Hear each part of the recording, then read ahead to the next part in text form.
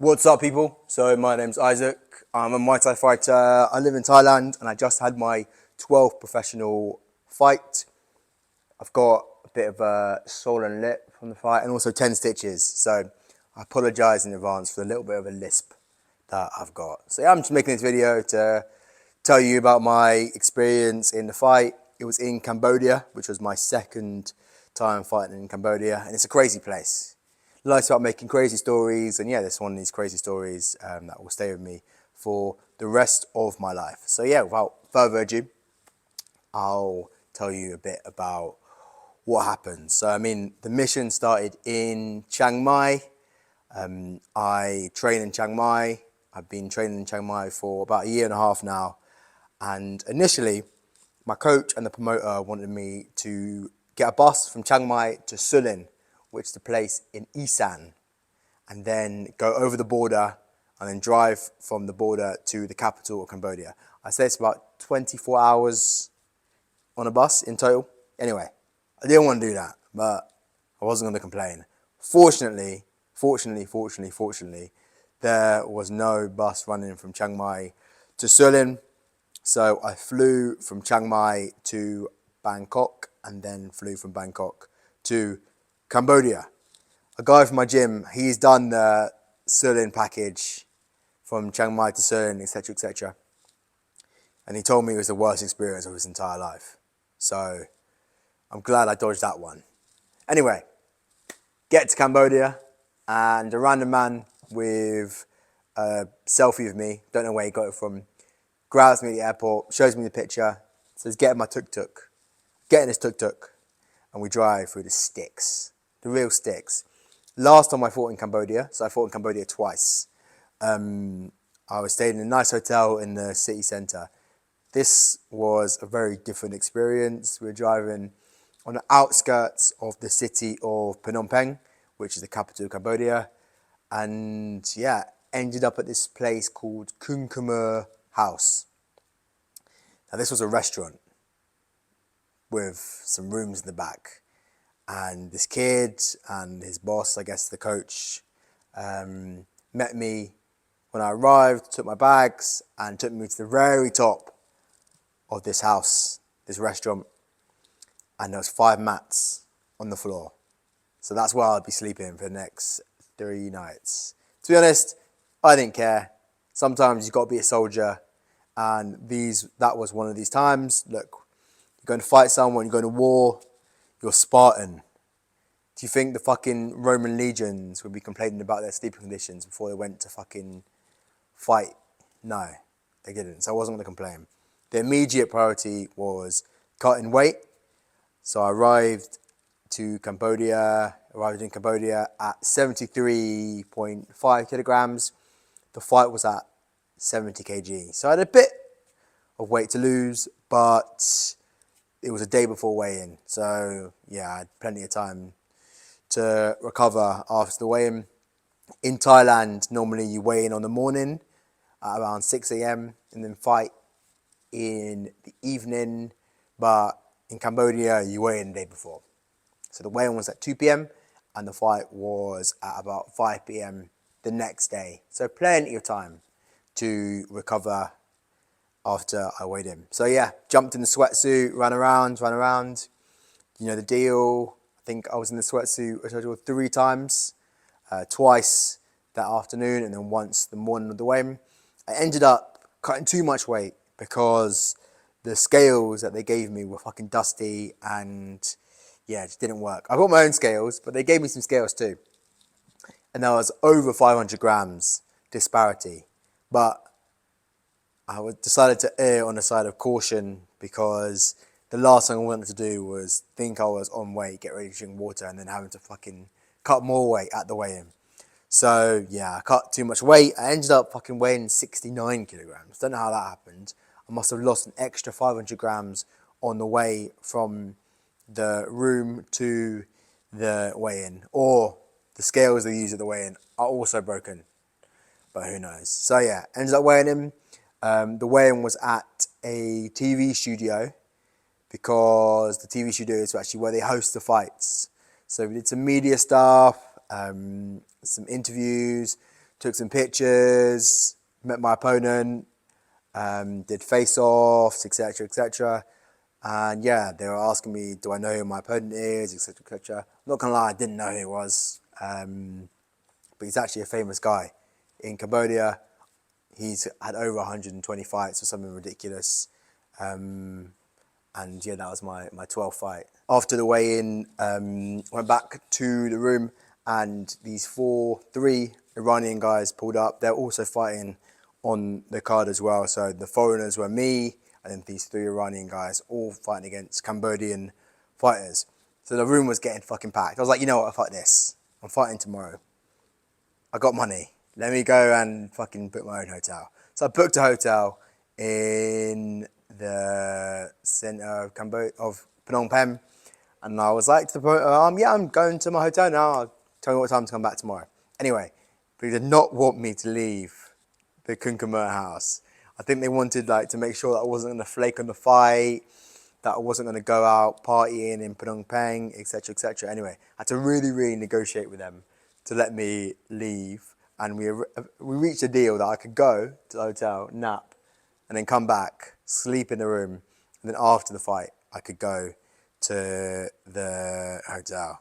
So that was the deal we reached. It was difficult negotiating with them because they spoke Cambodian, they spoke Thai, but no English. So yeah, we were going through a lot of negotiations, but we got there in the end.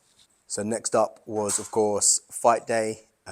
Woke up pretty early in the morning, around 7. They woke up all the fighters like ginkgo, come eat rice.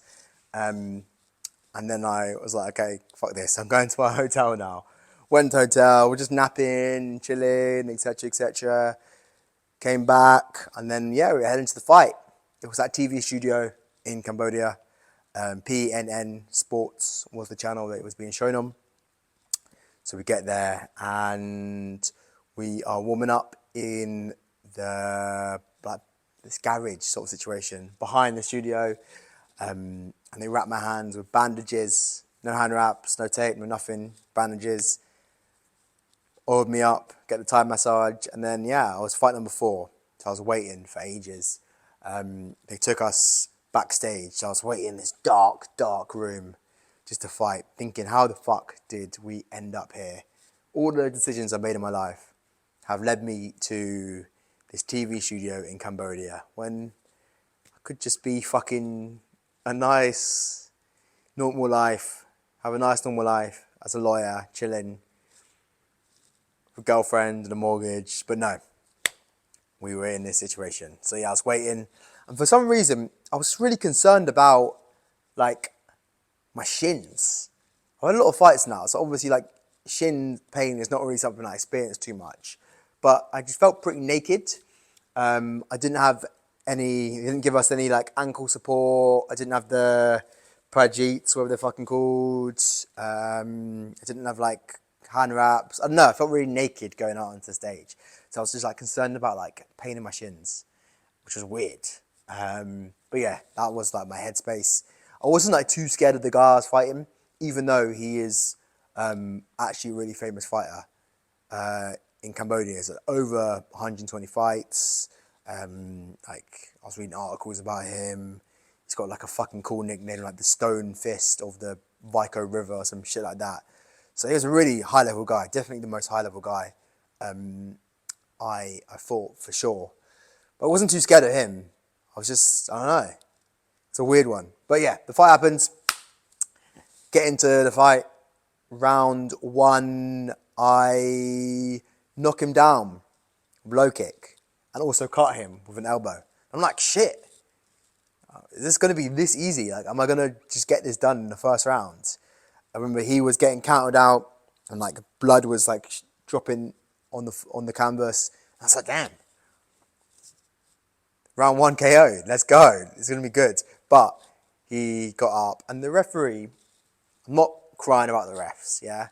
Because when you fight in Cambodia, you're also fighting against the refs and the judges. The referee gave him a 10-second count, whatever, and then decided, okay, now I'm going to wipe your blood away. So he got like 40 seconds to recover. And and he recovered pretty nicely. I'll link the video to the full fight. Yeah, I'll upload it in the next couple of days or something so you can watch yourself. So yeah, he had ages to recover. Not crying, it's part of the game, whatever. Now, it gets into round 2, and round 2, I'm not gonna lie, I got absolutely cooked. He hit me with like a tomahawk elbow, and yeah, I got 10 stitches here. I'm not gonna show you because it looks fucking grim. But I'll post like a picture, I'll overlay a picture or some shit. Yeah, 10 stitches and I was bleeding out. Fucking hell.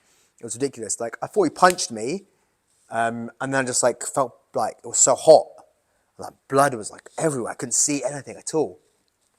And he got like this bloodlust. Yeah, he was like, shit. He was really like going crazy after seeing my blood. He was like, just like a barrage of elbows. I survived, I come out, a bit wobbled, and the referee stops the fight. He's like, go to the doctor.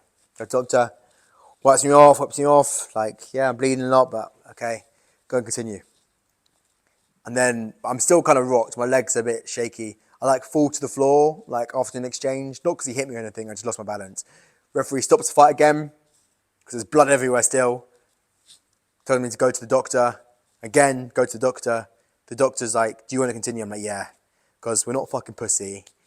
I don't know about you guys, but whenever I'm like going for a run or anything, you're always fantasizing about these moments where you can actually prove yourself and like have an opportunity to be brave. Well, this was like definitely an opportunity for me to be brave now, you know, because I was bleeding out. There's blood everywhere. I could have been like, no, I don't want to continue.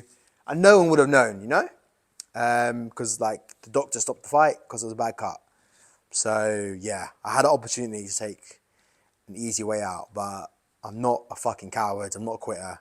So yeah, I decided to continue fighting. And that was basically the end of the rounds, to be honest, because the referee had stopped the fight like almost twice. But they didn't stop the clock when the doctor was checking my cut. So yeah, it was basically the end of the round. Now it goes into round 3.